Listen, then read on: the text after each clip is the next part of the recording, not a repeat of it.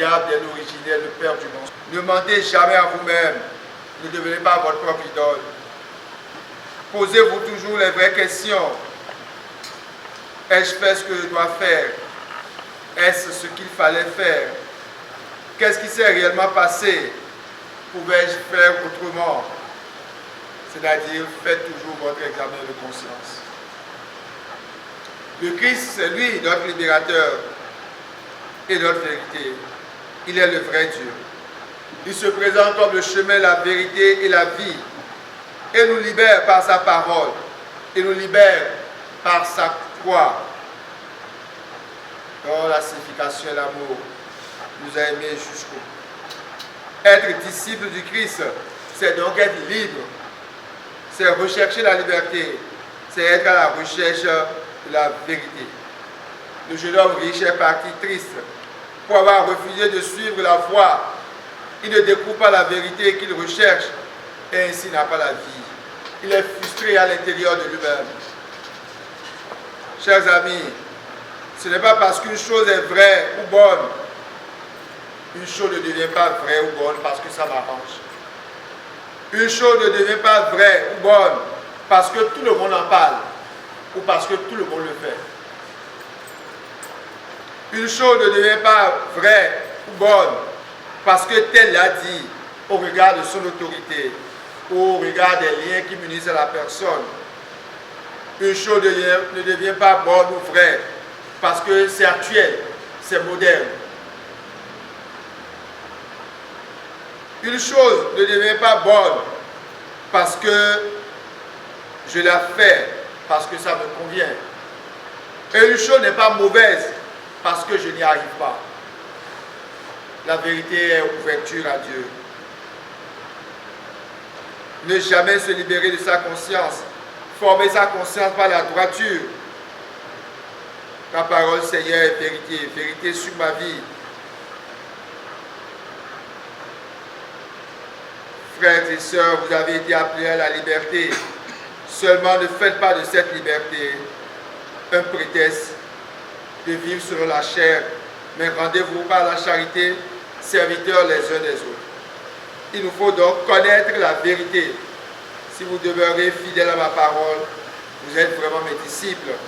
Alors vous connaîtrez la vérité, et la vérité vous rendra libre.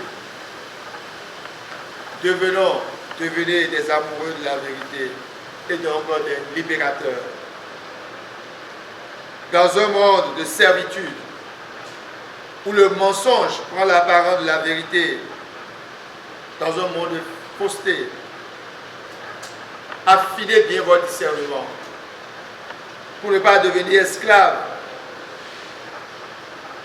Reconnaissez la parole qui vient de Dieu et repoussez les tentations du père du mensonge. N'acclamez jamais le mensonge comme j'aurais souhaité que chacun de nous devienne Éléazar, Jean-Baptiste, Nathanaël. Et si nous avons peur de devenir l'un ou l'autre, au moins admirons ce qu'ils ont fait de bien. Et demandons au Seigneur la grâce de pouvoir faire autant. Frères et sœurs, tracez pour vos frères et sœurs des chemins de liberté en vous libérant vous-même de vos regards sur vous-même, sur les autres et en faisant le peu que vous pouvez. La vérité est dans une forme de transcendance, de dépassement de soi, d'accueil de l'altérité. Nous devons aussi nous libérer du regard limitant et dévalorisant que nous avons sur nous-mêmes. Je ne peux rien. Je ne suis que laïque. Je suis déjà assez vieux. Je suis trop jeune. Je ne suis qu'un citoyen.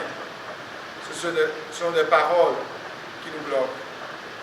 Nous devons nous libérer aussi de la susceptibilité maladive. Vous voyez, Jésus a traité la cananéenne. On ne donne pas ce qui appartient aux enfants, aux chiens. Elle n'était pas susceptible. Le prêtre Élie a traité Anne d'ivrogne, va cuver ailleurs ton vin. Elle n'était pas susceptible. Nous devons nous libérer du regard des autres pour ne pas être à la recherche constante de validation, pour ne pas chercher seulement à faire comme les autres. Nous avons l'exemple d'Éléazar et d'Israël, aux petites suggestions qu'il a mises dans nos cœurs par amour. Et l'amour oblige, l'amour urge. L'amour est toujours présent et c'est aujourd'hui que nous devons nous engager sur ce chemin de liberté et de libération. Nous devons nous libérer de l'obsession de la première place. Il y en a que la chose devient subitement mauvaise parce que ce n'est pas eux qui pilotent le projet. Ce n'est pas eux qui sont à la première place. Nous devons nous libérer de l'obsession des résultats. Les résultats ne nous appartiennent pas. Ce qui nous appartient, c'est le travail. Ce qui nous appartient, c'est l'effort. Nous devons nous libérer de l'endurcissement du cœur, être enthousiaste pour le bien. Partout où il y a le bien, être enthousiaste, éveillé pour le bien. Que le Seigneur nous en donne la grâce et qu'il aide chacun de nous, à devenir des hommes et des femmes libérés, des hommes et des femmes libres, des hommes et des femmes vraies. Amen.